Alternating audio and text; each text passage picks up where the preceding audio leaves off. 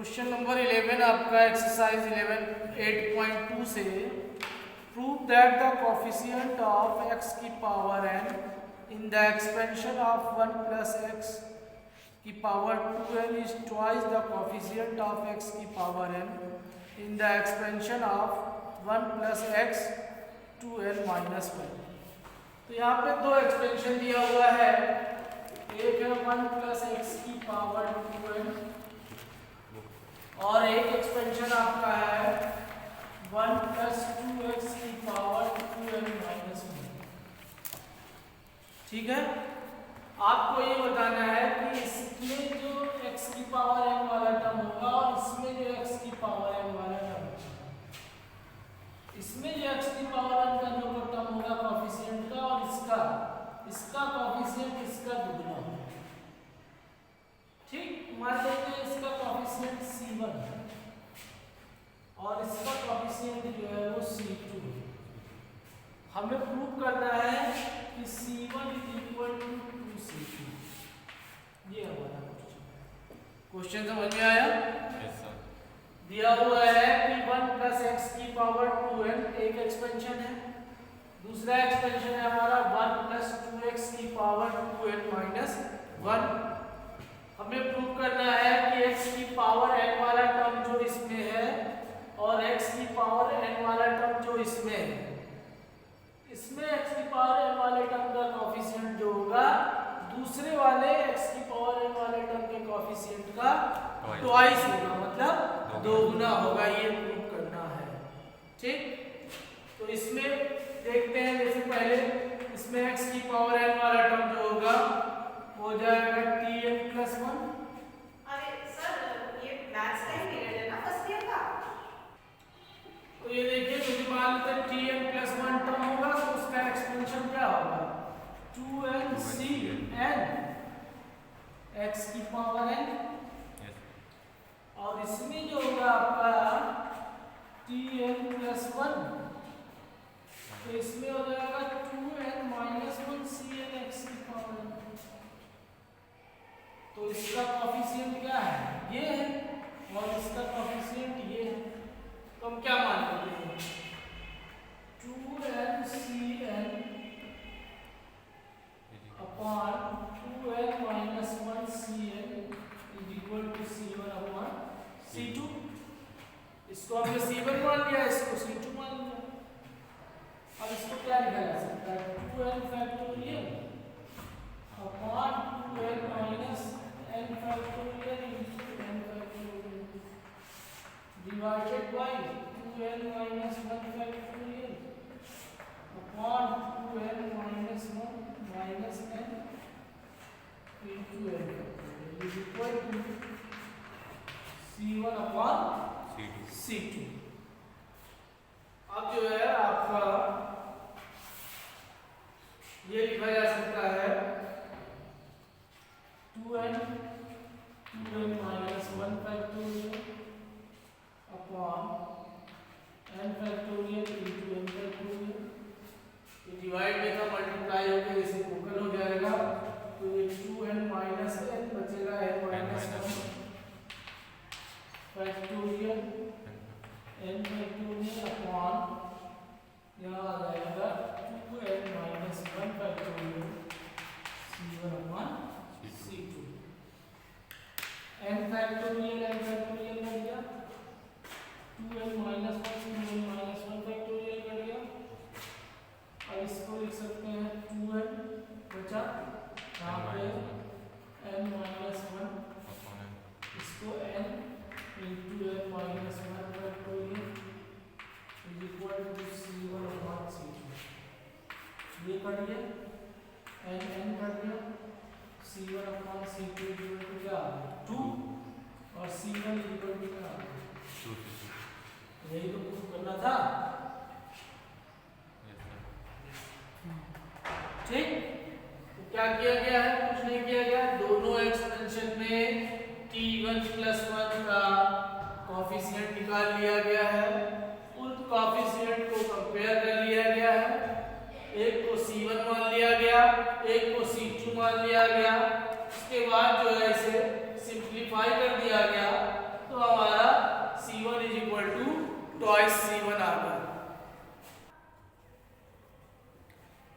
Question number 12। Question number 12 आपका दिया हुआ है, find a positive value of m for which the coefficient of x square in the expansion 1 plus x की power m is 6। कह रहा है एक एक्सपेंशन है आपका 1 प्लस x की पावर m। अब कहा जा रहा है इसमें m की किस वैल्यू पे x स्क्वायर वाला जो टर्म होगा उसका कोफिशिएंट जो होगा वो 6। ठीक है, मतलब जैसे ये एक्सपेंशन है आपकी, इसको हम एक्सपैंड करेंगे तो x टर्म आएगा, x स्क्वायर टर्म आएगा। x स्क्वायर टर्म के लिए 6 कोफिशिएंट लाना है हमें, तो उस केस में m की वैल्यू क्या होगी? क्वेश्चन समझ में आया? अब जैसे देखिए जनरली अगर इसका हम एक्सपेंशन करते हैं तो क्या होगा? mc0 x0 plus mc1 x1 plus mc2 x2 plus mc3 x3 plus dash mcm x की पावर। हमें मतलब किससे है? mc2 इससे। और इसका कोफिशिएंट कितना हो जाए? ये कोफिशिएंट है, ये कितना हो जाए? 6। यानी कि अकॉर्डिंग टू क्वेश्चन क्या हो जाएगा? mc2 is equal to 6। यानी कि m factorial upon m minus 2 factorial into 2 factorial is equal to 6। यानी कि इसको हम क्या लिख सकते हैं? m1 m minus 2 upon m minus 2 factorial into 2 factorial is equal to 6। m minus 2 factorial m minus 2 factorial cut गया, यानी कि क्या हो जाएगा? m minus 1 is equal to 6 into 2, यानी कि m square minus m minus 12 is equal to 0। ये आपका एक क्वाड्रेटिक इक्वेशन है।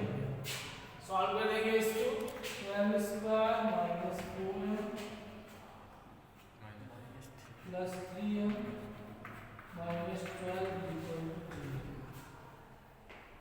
हम कॉमन लेंगे तो m माइनस 4 प्लस 3 कॉमन लेंगे, m माइनस इक्वल टू 0, यानी कि m minus 4 m plus 3 equal to 0। तो m की दो वैल्यू मिलेगी, 4 एंड माइनस 3। माइनस में तो m की वैल्यू पॉसिबल है नहीं, इसलिए आंसर क्या होगा? m equal to 4।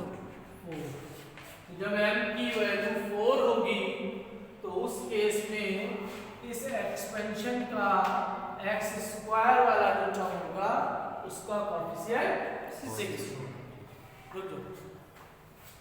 एक बार फिर से समझ लीजिए इसको, क्या है आपका? इसको हम लिख सकते हैं mcx0 mc1 x1 mc2 x2। इस तरीके से ये आपका जो है पूरा लिखा जा सकता है। अब इसमें क्या कहा गया था कि जो सेकेंड टर्म है कोफिशिएंट जो होना चाहिए इसका 6 होना चाहिए, यानी कि mc2 को हम किसके इक्वेट कर देंगे? 6 के। mc2 is equal to 6। mc2 को हम लिख सकते हैं m factorial upon m minus 2 factorial into 2 factorial is equal to 6। अब इसको जो है m minus 1 m minus 2 upon m minus 2 into 2 factorial is equal to 6। इसको सिंप्लीफाई किया गया तो यहाँ पे हमें एक क्वाड्रेटिक इक्वेशन मिल गया। इस क्वाड्रेटिक इक्वेशन को सॉल्व करके हमने m की वैल्यू निकाल ली।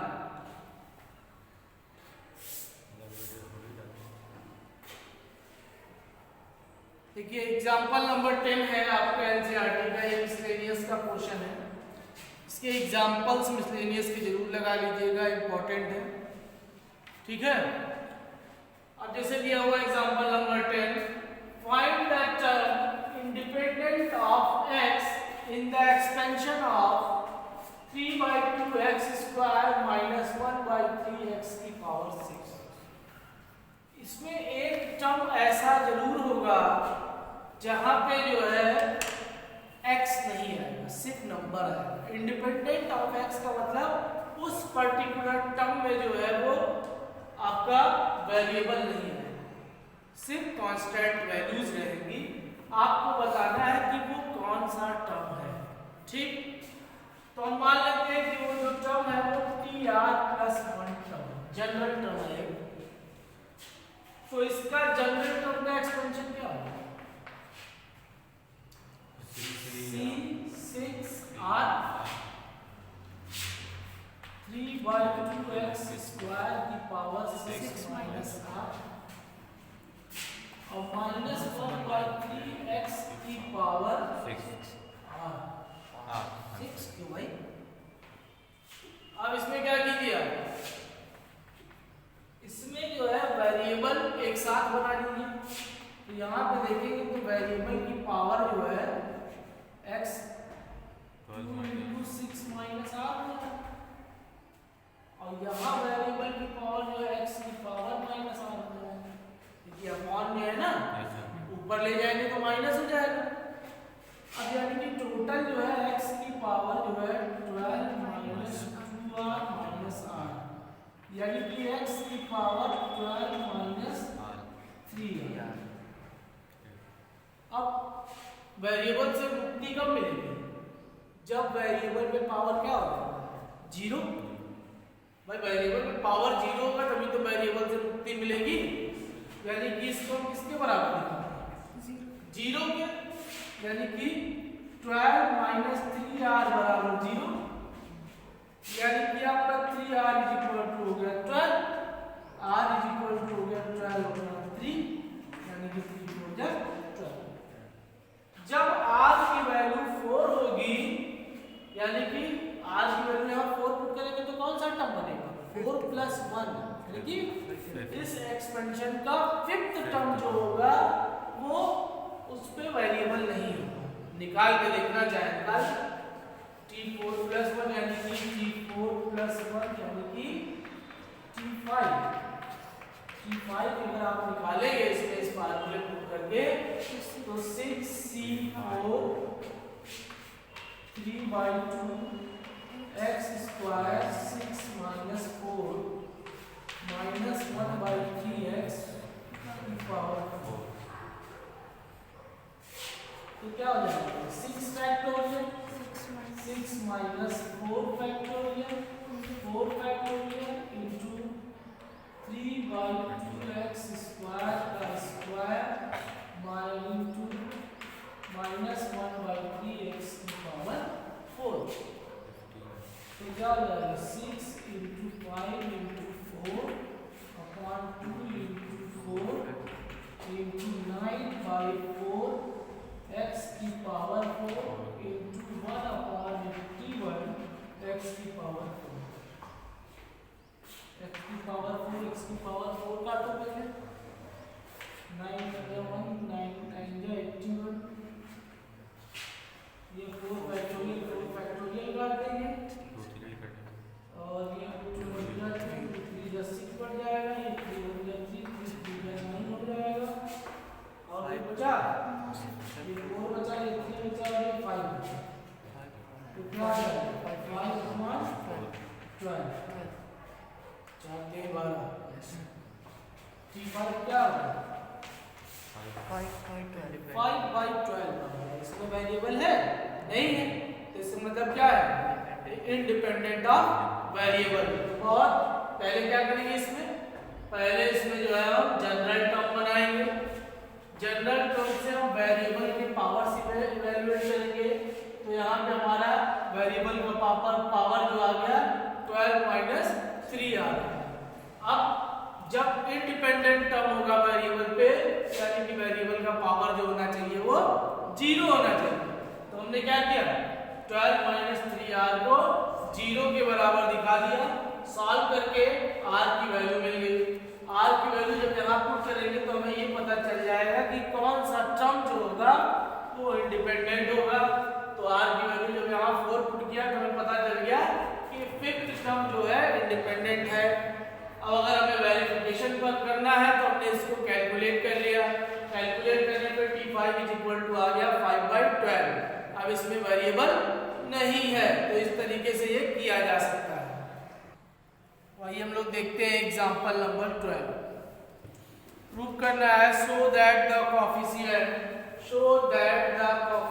Of the middle term in the expansion of 1 plus x की power 2n is equal to the sum of the coefficient of middle term in the expansion of 1 plus x की power 2n minus 1। अब जाहिर सी बात है जो हमारा पहला expansion है 1 plus x की पावर 2n, तो ये आपका इवन नंबर है। तो जब इवन पावर इंडेक्स नंबर होता है तो कितने मिडिल टर्म होते हैं 1। और दूसरा एक्सपेंशन जो है हमारा 1 plus x की पावर 2n minus 1 ऑड है। तो जब ऑड होता है तो कितने मिडिल टर्म होते हैं 2। अब हमें प्रूव करना है कि इसके मिडिल टर्म का जो कोएफिशिएंट होगा इसके दोनों मिडिल टर्म के कोएफिशिएंट के सम के बराबर होगा। क्वेश्चन समझ में आया? इसका मिडिल टर्म का कोएफिशिएंट और इसके दोनों मिडिल टर्म का कोएफिशिएंट का सम जो है इसके बराबर होगा। क्वेश्चन समझ में आया? अब भाई इसका मिडिल टर्म क्या हो जाएगा tn plus 1, यही तो होगा भाई। जब इवन नंबर होता है तो मिडिल टर्म इवन के लिए क्या है, इवन के लिए मिडिल टर्म है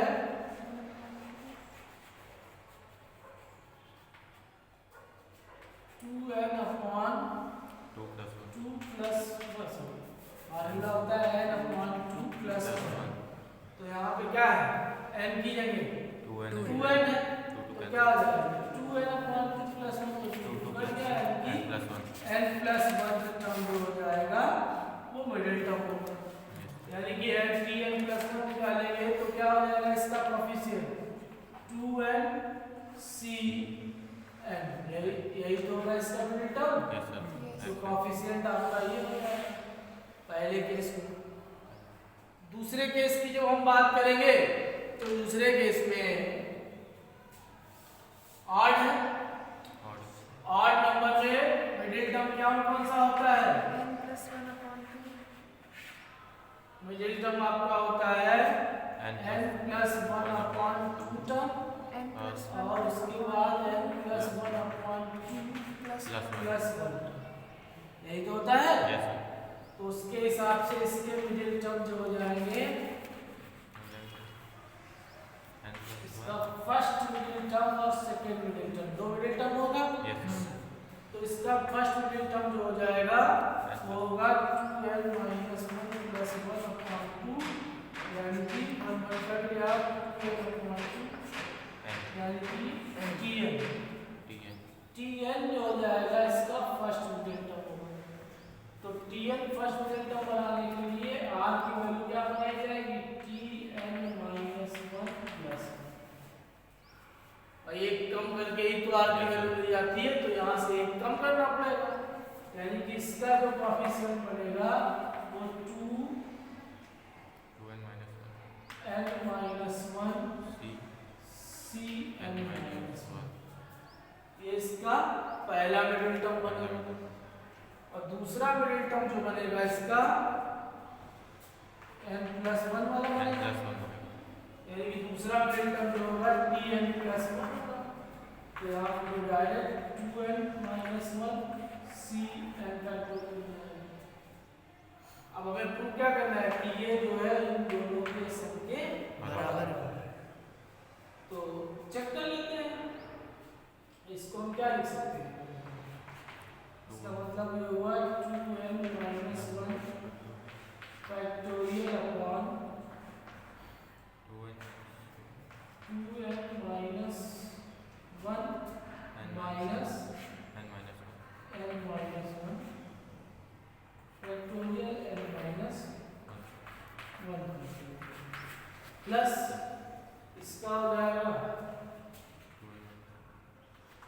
2n minus 1 factorial upon